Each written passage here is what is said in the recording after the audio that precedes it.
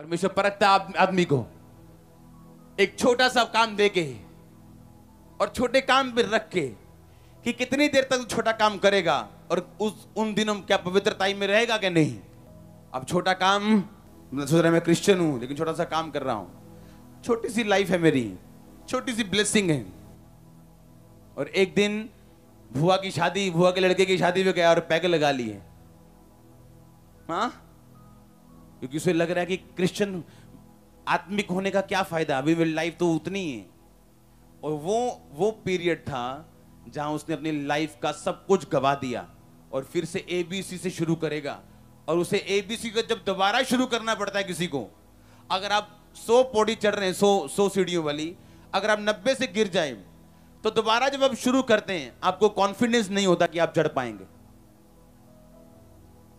और शैतान मौके पे आपसे कुछ ना कुछ गलत करवाता है और आपकी ब्लेसिंग रोक देता है। और उसके बाद नई जिंदगी फिर शुरू करनी आपके लिए मुश्किल, असंभव तो नहीं है लेकिन मुश्किल है। लेकिन जब आप अड़े और खड़े रहते हैं आप बड़ी गवाही के साथ वापस आते हैं। आपको मालूम होना चाहिए आप जिम्मेवार हैं अपनी लाइफ के। आपका फादर जिम्मेवार नहीं है, आपकी मदर जिम्मेवार नहीं है, आपका मोहल्ला, आपका देश जिम्मेवार नहीं है। अब इमेजिन करो, इस दुनिया की सबसे बड़ी पेंटिकोस्टल चर्च इस दुनिया के सबसे गरीब देशों में से एक देश में, दुनिया के सबसे 5 आशीषित और अमीर पास्टर दुनिया के सबसे गरीब देश में, और वो पास्टर अपनी चर्च से चंदा नहीं लेते हैं। अगर मुझे आज घूमने जाना है तो मुझे आपके पैसों की जरूरत नहीं, मेरी एक बुक काफी है। समझ रहे कि नहीं? मेरी एक चीज काफी है मेरे परिवार का खर्चा निकालने के लिए। आपके चर्च का चंदा मैं देखता तक नहीं हूं ऐसे आंखों से। एक रुपया मैं पास करता हूं, इसको दे दो, उसको दे दो, रेंट दे दो, ये दे दो, अंदर दे दो, कंस्ट्रक्शन में दे दो। आपका पैसा बैंक जाता है, वहां से चेक कटते हैं और जाता है। मेरी टीम यहां खड़ी, सब लोग यहां खड़े, सब जानते हैं। कितने मेरी बात समझ रहे हैं? आप इसलिए ब्लेस नहीं हो आपके पास बड़ी चर्च है, आप इसलिए ब्लेस हो क्योंकि आप छोटी चर्च केनेथ कोपलैंड, जिसकी चर्च 3, 4, 5, 600 होगी, मेरे ख्याल से 1000 होगी, अपना एयरपोर्ट है उसके पास। प्लेन नहीं, प्लेन तो है, एयरपोर्ट की बात कर रहा हूं।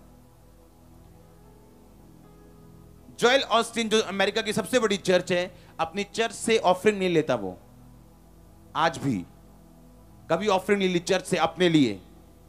उसकी चर्च करोड़ों रुपया निकालती है और काम होते परमेश्वर के। वो अमीर बड़ी चर्च की वजह से नहीं, क्योंकि केनेथ कोपलैंड की चर्च बड़ी नहीं है। आप अमीर हो और आशीषित हो और जो कुछ आपको चाहिए, परमेश्वर आपकी डिजायर को पूरा करने के लिए उत्साहित नहीं, आपकी नीड को पूरा करने के लिए उत्साहित है। आपकी जरूरत है अगर चर्च बनाने के लिए 100 करोड़ की भी, तो परमेश्वर देगा। पर 100 करोड़ अगर ऐश करने के लिए चाहिए तो आपको नहीं मिलेंगे। आमीन। तो मुझे जो मेरी लाइफ के लिए चाहिए मेरे पास है, इसलिए मेरे पास बड़ी चर्च है, इसलिए कि मैं बोता हूं और काटता हूं।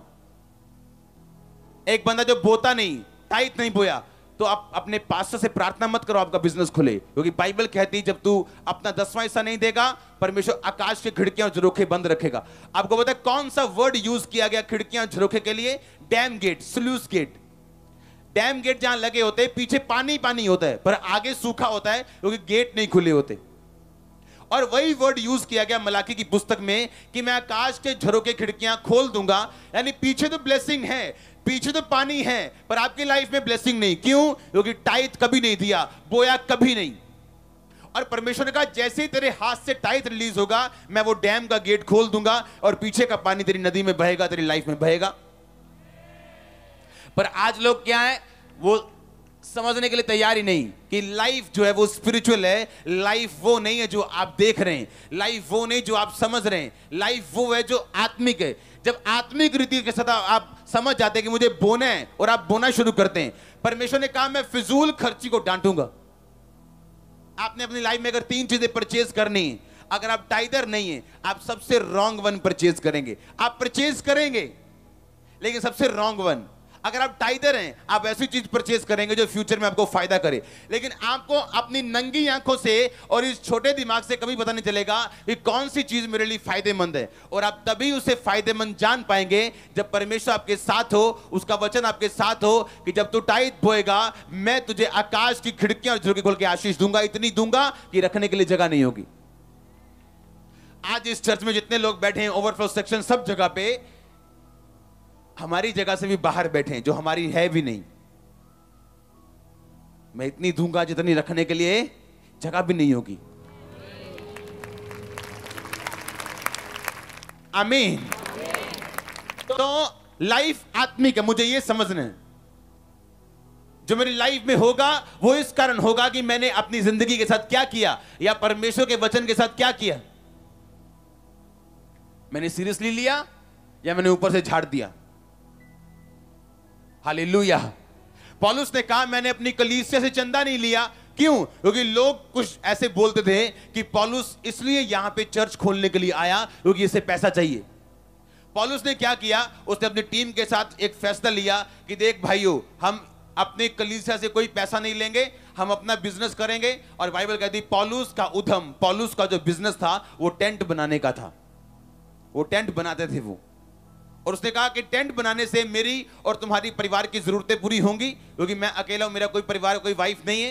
तुम्हारी जरूरत पूरी होगी, मेरी जरूरत पूरी होगी, लेकिन कलीसिया से हम कोई भी दान नहीं लेंगे पर्सनल अपने कामों के लिए, प्रभु के कामों के लिए कलीसिया बोएगी, ताकि विरोधियों का हम पर दाव ना चले कि इसलिए ये चर्च में प्रीचिंग करने के लिए यहां पे आया, नहीं चर्च खोलने के लिए आया है क्योंकि इसे पैसा चाहिए। हालेलुया। आपको देखना होता है कि परमेश्वर का काम कैसे बढ़ेगा, लोग आपके बारे में क्या सोचते हैं और परमेश्वर का काम आपने कैसे करना है। क्योंकि लाइफ आत्मिक है, जो आप बोएंगे प्रभु के लिए, जो मेहनत करेंगे वो कभी व्यर्थ नहीं जाती। आपके बच्चे इसका फल काटने वाले, मैं प्रोफेसी कर रहा हूं आपको। मैंने कहा आपके बच्चे इसका फल काटने वाले, ये प्रोफेसी है ऑनलाइन, ये प्रोफेसी। आपके बच्चे इसका, आपके बुजुर्ग इसका, आपके जनरेशन इसका फल काटने वाली, जब मेहनत आप परमेश्वर के लिए कर रहे हो।